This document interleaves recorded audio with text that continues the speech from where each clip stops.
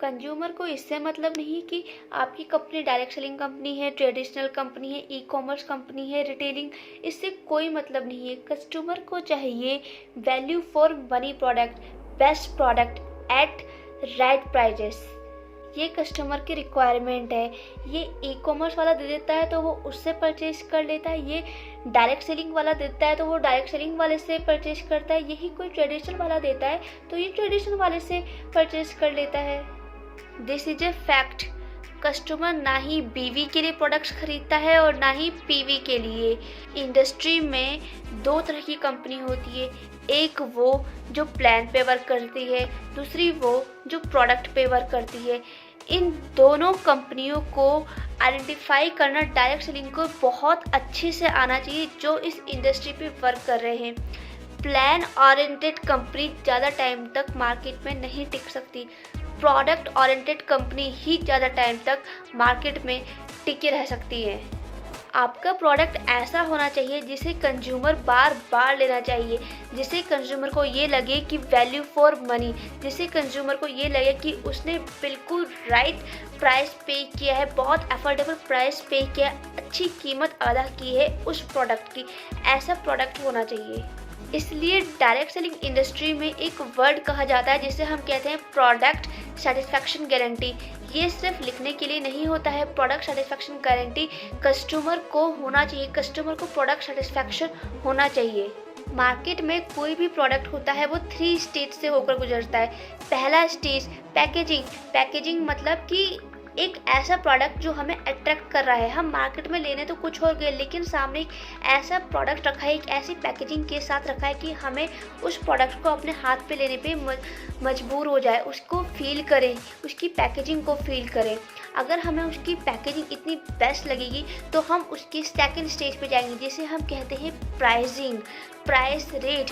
Then हम उसकी price rate पे जाएंगे, उसका रेट देखेंगे, क्या उसका रेट अफोर्डेबल है, क्या उसको हम लोग कंज्यूम कर सकते हैं, क्या उसे हम लोग ले सकते हैं। अगर उसका रेट अफोर्डेबल होगा तो डेफिनेटली रेट ये तय करता है या तो वो प्रोडक्ट हमारे बास्केट में जाएगा या वो प्रोडक्ट शॉप पे ही रहेगा। अगर उसका रेट अफोर्डेबल है तो वो हमारे बास्केट में जाएगा। थर्ड स्टेज आती है यूज़।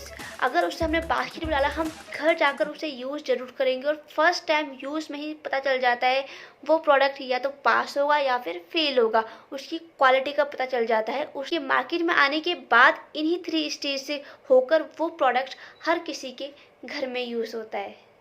कोई भी प्रोडक्ट मार्केट में आने के बाद इन 3 स्टेज से होकर गुजरता है। फर्स्ट पैकेजिंग, अगर उसकी पैकेजिंग अच्छी होगी तभी हम उसे हाथ में लेंगे। देन उसका सेकंड स्टेज आते हैं उसका प्राइस, तो हम उसका प्राइस देखेंगे। अगर उसका प्राइस अफोर्डेबल होगा, हमारे लेने लायक होगा, तो हम थर्ड स्टेज यानी कि यूज़ करेंगे उसको, जिसमें उसकी क्वालिटी का पता चलेगा। तो ये 3 स्टेज बहुत ज़्यादा इंपॉर्टेंट है।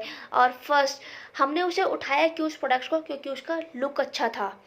हमने उसको अपने बास्केट में क्यों डाला, क्योंकि उसका प्राइस सही था। इंडस्ट्री में कंपटीशन होता है लेकिन कंपटीशन करने वाले पर्सन को यही नहीं पता होता कि कंपटीशन होता क्या है।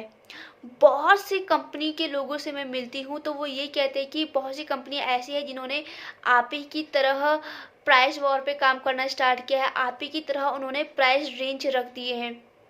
मैं ये कहती हूँ जब उनकी पैकेजिंग हमारे जैसे नहीं है, जब उनकी क्वालिटी हमारे जैसे नहीं है, अगर वो प्राइसिंग हमारे जैसे दे रहे हैं तो वो गलत कर रहे हैं। जैसे उनकी पैकेजिंग कमज़ोर है, कीमत भी कम होनी चाहिए। जैसे उनका क्वालिटी कमज़ोर है, प्राइसिंग भी कम होनी चाहिए। पैकेजिंग और क्वालिटी ये बहुत इम्पोर्टेंट रोल प्ले करते हैं किसी भी प्रोडक्ट का मार्केट में। अब पैकेजिंग और क्वालिटी कम है, कमज़ोर है, तो उनकी प्राइसिंग भी कम होनी चाहिए, बराबर नहीं। अगर आप चाहते हो ओके लाइफ केयर के बराबर की प्राइसिंग तो उसके बराबर की पैकेजिंग और क्वालिटी भी डिलीवर करनी होगी। हम लोगों ने best packaging, best quality, best product के साथ डिलीवर करवाई है जिसे कहते हैं वैल्यू फॉर मनी। मार्केट में 2 तरह की कंपनी होती है, एक वो जो सिर्फ प्रोडक्ट सेल करने आती है और दूसरी वो जो ओनली कंपनी को रन करवाने के लिए आती है। अगर आपका प्रोडक्ट 10,000 का भी है, वो वैल्यू फॉर मनी दे रहा है, तो it's a very good product. अगर आपका प्रोडक्ट 2 लाख का है, अगर वो वैल्यू फॉर मनी दे रहा है तो इट्स अ गुड प्रोडक्ट।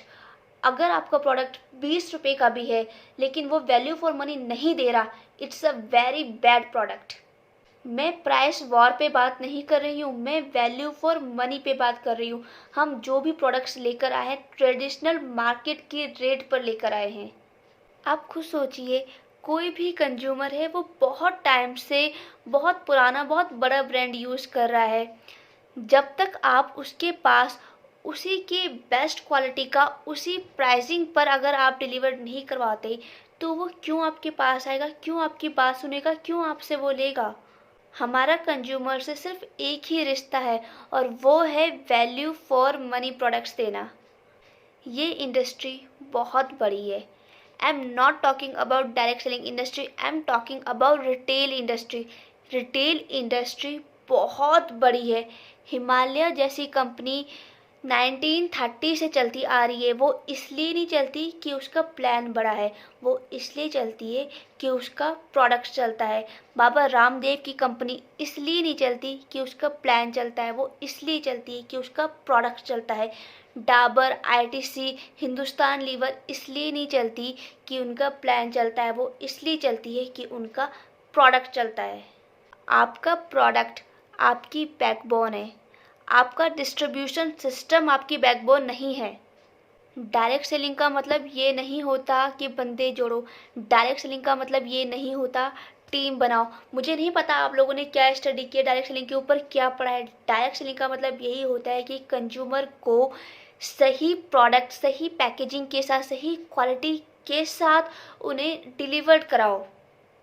तो एक्चुअल में डायरेक्ट सेलिंग जो होती है वो प्रोडक्ट सेलिंग होती है, ना कि टीम बनाओ, ना कि बंदे जोड़ो। ना इसी चीज़ की वजह से डायरेक्ट सेलिंग का नाम खराब है।